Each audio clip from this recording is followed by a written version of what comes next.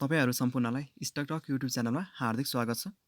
आज मैले आर्थिक वर्ष 2077-78 को अन्तिम त्रैमासिक अर्थात् क्वार्टर 4 मा क्वार्टर 4 बाट सार्वजनिक भएको वित्तीय विवरणको विश्लेषण लिएर आएको छु र अबका दिनहरुमा अर्थात् नयाँ आर्थिक वर्ष सुरुवात भएसँगै गएको आर्थिक वर्षको वित्तीय विवरण प्रकाशन गर्ने होडबाजी चलिरहन्छ र यो क्रम निरन्तर गइरहन्छ र अबका दिनहरुमा फेरि अन्य कम्पनीहरुको वित्तीय विवरण सार्वजनिक भइरहनेछन् र मैले यस भिडियोमा आज वित्तीय विवरण प्रस्तुत गर्न लागिरहेको छु र यदि यस युट्युब च्यानललाई सब्स्क्राइब गर्नुभएको छैन भने सब्स्क्राइब गर्नुहोला र आगामी दिनमा कस्तो भिडियो हेर्न चाहनुहुन्छ कमेन्ट बक्समा कमेन्ट पनि गर्नुहोला।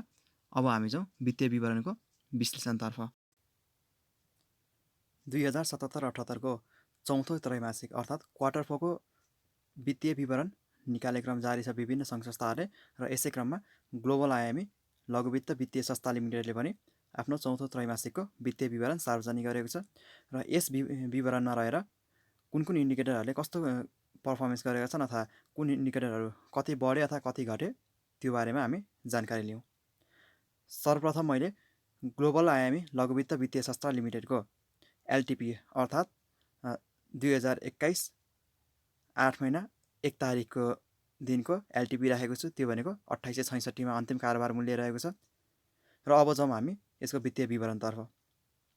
यसको पेड अफ क्यापिटल रहेको छ 43 करोड 17 लाख र अर्कोपट्टि मैले पर्सेन्टेजमा यसको डिफ्रेन्स राखिदिएको छु। डिफ्रेन्स अघिल्लो आर्थिक वर्ष र यस आर्थिक वर्षको अन्तिम त्रैमासिकमा निस्केको वित्तीय विवरणको भिन्नता हो।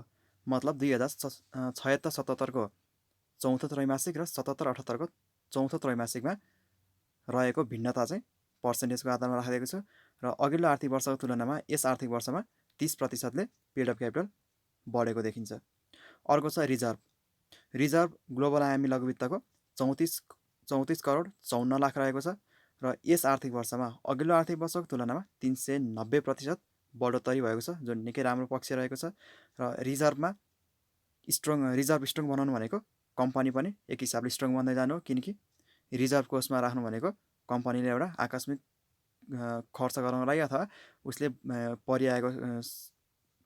परिआएको बेला चाहिँ यो पैसा चलाउन पाउँछ र यो पैसा चलाउनलाई राष्ट्र ब्याङ्कको स्वीकृति लिन पर्ने स्थिति पनि हुन्छ र रिजर्भबाटै कतिपय अवस्थामा डिभिडेन्ड बाँड्ने पनि गरिन्छ र रिजर्भ स्ट्रङ हुनलाई कम्पनीको फाइनेन्सियली अथवा फन्डामेन्टली स्ट्रङ हुँदै गएको भन्न पनि सकिन्छ।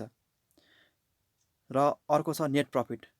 सबैभन्दा महत्त्वपूर्ण इन्डिकेटरको रूपमा हामीले लिन्छौँ फन्डामेन्टली हेर्दाखेरि नेट प्रफिटलाई लिन्छौँ र नेट प्रफिट रहेको छ 22 करोड 76 लाख अर्थात् अघिल्लो आर्थिक वर्षको तुलनामा 283% बढेको देखिन्छ र नेट प्रफिट पनि यसको क्यापिटलको आधारमा हेर्ने भने 50% भन्दा बढिरहेको छ। 43 करोडको पेड अफ क्यापिटल रहेको कम्पनीले 22 करोडको नेट प्रफिट निकालेको छ। यो भन्नुको मतलब क्यापिटलको आधारमा प्रफिट चाहिँ मोर देन 50% रहेको छ। यो राम्रो मान्न सकिन्छ। र अर्को छ अपरेटिङ प्रफिट।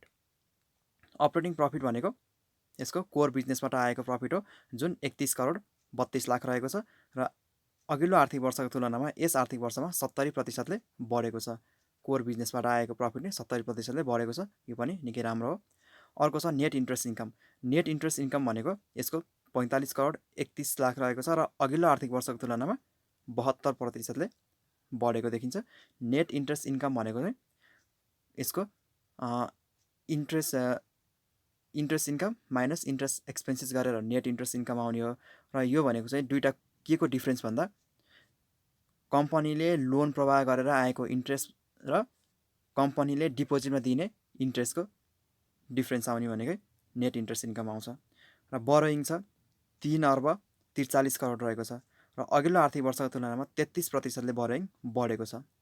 बरोइङमा चाहिँ एउटा बुझ्न पर्ने पक्ष के छ भने बरोइङमा कुनै पनि कम्पनीले पैसा बरो गरेको छ भने त्यो बरो गरे बापत चाहिँ उसले केही पे गर्नुपर्ने हुन्छ अर्थात् फाइनेन्सियली रूपमा भन्यो भने उसले इन्ट्रेस्ट पे गर्नुपर्ने हुन्छ। यहाँ पनि जिआइएलबीले 3 अर्ब 43 करोडको बरो गरेको छ भने त्यस बापत चाहिँ उसले सर्टेन इन्ट्रेस्ट पे गर्नुपर्ने हुन्छ। र डिपोजिटको कुरा गरौँ। डिपोजिट 2 अर्ब 13 करोड रहेको छ र यो पनि अघिल्लो आर्थिक वर्षको तुलनामा 62% ले बढेको छ। र डिपोजिट बढ्नु भनेको एक हिसाबले कस्टमर पनि बन्न गएको हुनसक्छ, कस्टमरको अथवा मेम्बरहरू बढेर पनि डिपोजिट बढिआएको हुनसक्छ, अथवा त्यही भएका मेम्बरहरूबाट ठुलो अमाउन्टमा डिपोजिट आएको नि हुनसक्छ, त्यही भएर डिपोजिट बढ्न गयो।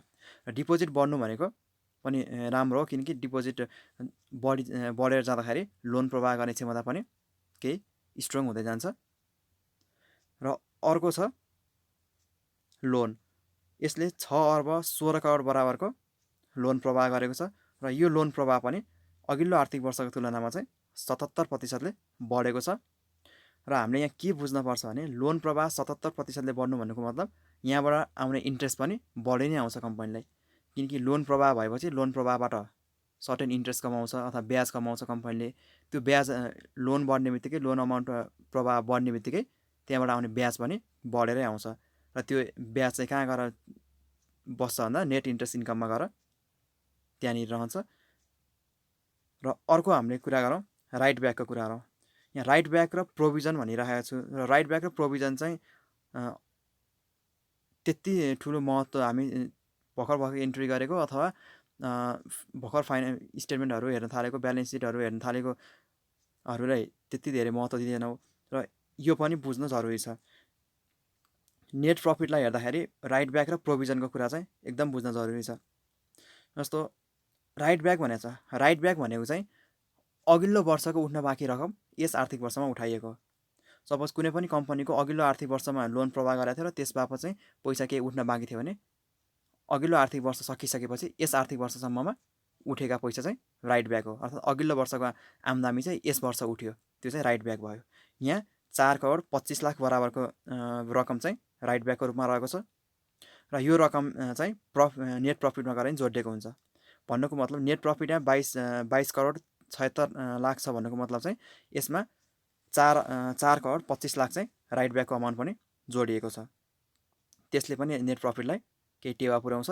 र हामीले कुनै पनि कम्पनीको चाहिँ राइट ब्याक अमाउन्ट चाहिँ एकदम धेरै छ र त्यसैले नेट प्रफिट बढाएको छ भने यो वर्ष ठुलो बिजनेस ग्रोथ गरेछ भनेर अनुमान गर्नु त्यति उपयुक्त हुँदैन, किनकि अघिल्लो आर्थिक वर्षको पैसा यस वर्ष रिकभर गरेको हो।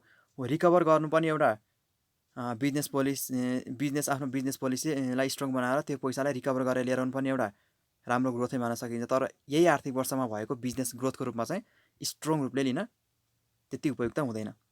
र अर्को प्रोभिजनको कुरा छ, यो चाहिँ प्रोभिजन फर लसेस हो।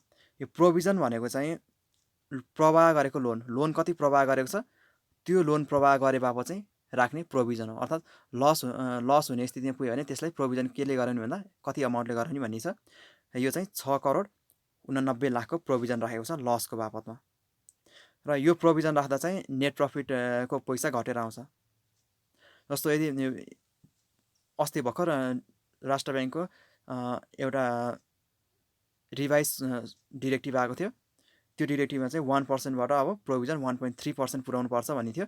र त्यो भनेको चाहिँ टोटल प्रवाह गरेको लोनको 1.3% हुन आउँछ। र यहाँ लोन प्रवाह भनेको 6 अर्ब 16 करोडको रहेको छ, र त्यसको 1.3% भने लगभग 6 करोड 89 लाख हुन आउँछ। र यो चाहिँ टोटल प्रवाह गरेको लोनको 1.3% चाहिँ प्रोभिजनमा राख्नुपर्ने हुन्छ, त्यो चाहिँ लसेस बापत। र एनपिएल रहेको छ non performing loan. Non performing loan भनेको यहाँ 2.66% रहेको छ, र अघिल्लो आर्थिक वर्षको तुलनामा यो चाहिँ 27%ले बढेर गएको छ। यसलाई चाहिँ राम्रो मान्न सकिँदैन, तर यो चाहिँ 3 महिना 6 महिना 9 महिना त्यसरी क्याटेगोरी छुट्याएको हुन्छ लोनको। र त्यो क्याटेगोरी अनुसार सपोज 2078 साल साउन असारको 30 गतेसम्म नउठेको पैसा साउनको 2 गते 3 गते पनि त्यो लोन चाहिँ रिकभर भएको हुनसक्छ। र त्यो रिकभर हुँदाखेरिको चाहिँ त्यो 3-4 दिन अगाडि नै यसको क्लोजिङ भइसकेको हुनाले यहाँ एड्जस्ट चाहिँ हुँदैन। त्यही भएर एनपिएल चाहिँ 3 महिना 6 महिना यो लोनको क्याटेगोरी अनुसार 9 महिना त्यसरी हुन्छ। र कुन क्याटेगोरी अनुसार राखेको हुन्छ र कुन महिनालाई आधारित गरेर हुन्छ, कुन महिनासम्ममा तिर्यो अथवा कति भाका नआएको, कति महिनाले भाका नआइसकेको लोन हो, त्यो अनुसार आधारित हुन्छ। र एनपिएललाई चाहिँ हामीले एनालाइसिस गर्दाखेरि चाहिँ अरू एनालाइसिस जस्तो प्रफिटहरू, रिजर्भहरू, अनि यसको राइट ब्याकको कुरा हेरिसकेपछि, इपिएसहरू, नेटवर्थ हेरिसकेपछि यस अन्तिममा चाहिँ एनपिएलको स्थिति पनि हेर्नु राम्रो हुन्छ। र अर्को छ इपिएस, अर्निङ पर सेयर, अर्थात् ग्लोबल आयामी लघु वित्तको एक किता सेयर हामीले राखे बराबर हामीले कति कमाइ गरिरहेछौँ भन्ने कुरा गर्छ। यसले चाहिँ एक किता सेयर बराबर हामीलाई 52 रुपियाँ 73 पैसा आम्दानी दिइरहेको छ र यो आम्दानी अघिल्लो आर्थिक वर्षको तुलनामा यस आर्थिक वर्षमा 65% बढेर आएको छ।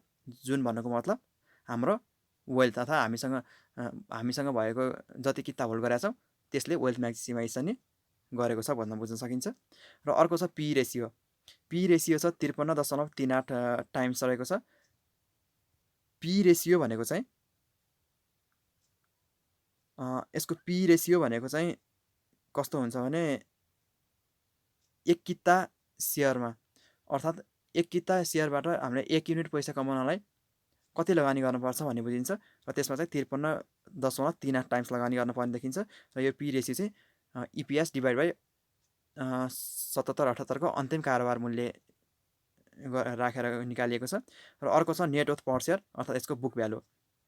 यसको बुक भ्यालु रहेको छ 180.02 रुपैयाँ र यो अघिल्लो आर्थिक वर्षको तुलनामा 32%ले बढेको छ, जुन राम्रो मान्न सकिन्छ। नेट वर्थ बढ्दै जानु भनेको यसको बुक भ्यालु अथवा यसको कोर भ्यालुएसन अथवा यसको रियल भ्यालुएसन चाहिँ बढ्दै जानु अथवा कम्पनी चाहिँ स्ट्रङ हुँदै जानु, कम्पनीको एसेटहरू बढ्दै गएको छ भनेर बुझ्न सकिन्छ।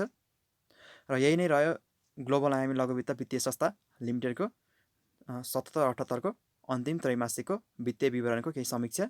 र यसरी हेर्दाखेरि ग्लोबल आयामी लघु वित्तले राम्रो ग्रोथ गरेको देखिन्छ र हरेक इन्डिकेटरहरू बढेको अथवा पोजिटिभ रहेको देखिन्छ। र अर्को हेर्ने हो भने रिजर्भमा यसले ठुलो अमाउन्ट रिजर्भमा राखेको छ र रिजर्भ स्ट्रङ बनाउँदै गएको छ र नेट प्रफिट पनि बढेको छ। अर्को राइट ब्याक भनेको अघिल्लो वर्षको उठ्न बाँकी पैसाहरू नि यसपछि उठेका छन्, त्यो पनि राम्रो मान्न सकिन्छ। यसरी हेर्दा पोजिटिभै देखिन्छ ग्लोबल आयामी लघु वित्त वित्तीय संस्था